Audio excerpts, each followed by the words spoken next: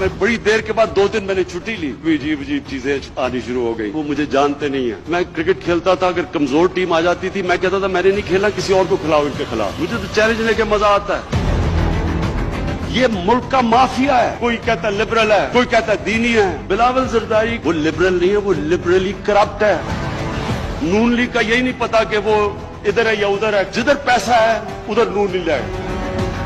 मौलाना आ रहा है, मौलाना जा रहा है, मौलाना आ रहा है, ये कर देगा। तो एक सर्कस हुई कंटेनर के ऊपर, सारे बेरोजगार सियासतदान खड़े। जितना बड़ा मुजरिम उतना ही शोर मचा रहा था कंटेनर पे खड़ा होके। अच्छा, मैं शक्लें देख रहा था सबकी। मेरे लोग थोड़े घबरा गए थे, कैबिनेट के अंदर उनके थोड़े दिल कमजोर हैं। मैंने कहा कोई फिक्र ना करो। मैंने उनको बड़ा दिलासा दिया लोगों को। जब मुज़ाकरात हुए, कहते जी किसी को भी तहरीक इंसाफ से प्राइम मिनिस्टर बना दें सिवाय इमरान खान के। ये सारा ड्रामे करने का एक कोशिश था, सिर्फ इनको मसला इमरान खान का था। इनको पता है कि इमरान खान की कोई कीमत नहीं है।